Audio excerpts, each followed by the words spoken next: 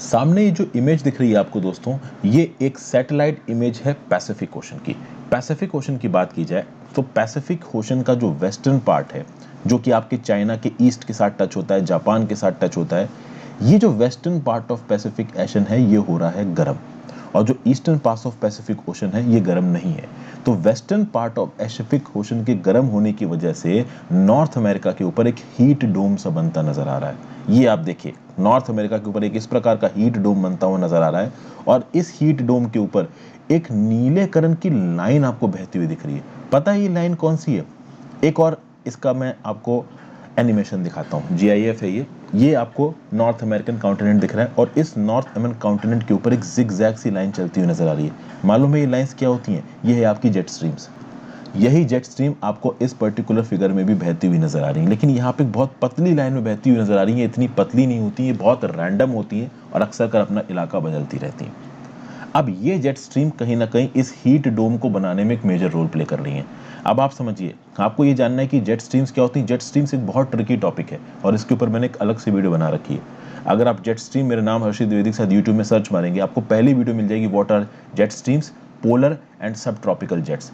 इस particular jet stream वाली video को देख लीजिए, आपको पता चल जाएगा कि जेट स्ट्रीम्स कैसे काम करती हैं।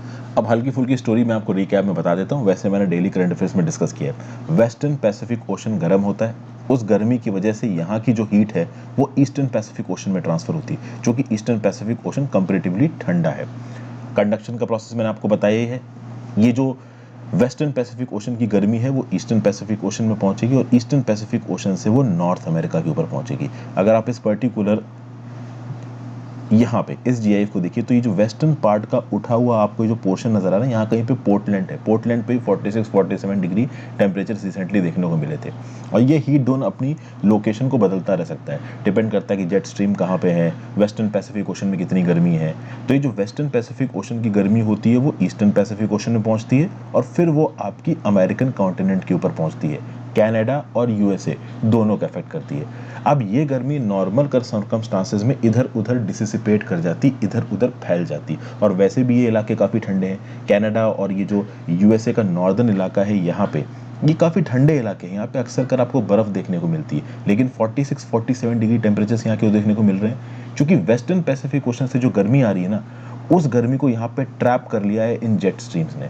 अगर आप इस जेट स्ट्रीम को देखोगे तो ये ऊपर से आपको फ्लो करती हुई नजर आ रही है, और नीचे ये जो हीट डोम की गर्म हवाएं हैं, गर्मी है, इस गर्मी को ये जेट स्ट्रीम बाहर नहीं निकलने दे रही है। उसके चलते ये गर्मी यहाँ पर ट्रैप हो गई है, और USA कनाडा की ये ठंडे शहर, जिनको हमेशा फिल्मों में दर्शाया जाता है एक रोमांटिक डेस्टिनेशन के मूड में, ये बिल्कुल गर्म तपते हुए आप कह सकते हो जगहों में बदल रहे हैं। तो ये है आपका हीट डोम का कंसेप्ट। ओके, ये जो वेस्टर्न पैसिफिक की अनइवन हीटिंग है, इस फिनोमिना को याद रखना, और जेट स्ट्रीम्स को स्पेसिफिकली याद रखना, और इस पर्टिकुलर वीडियो को देख लेना अपने कंसेप्चुअल क्लैरिटी के लिए।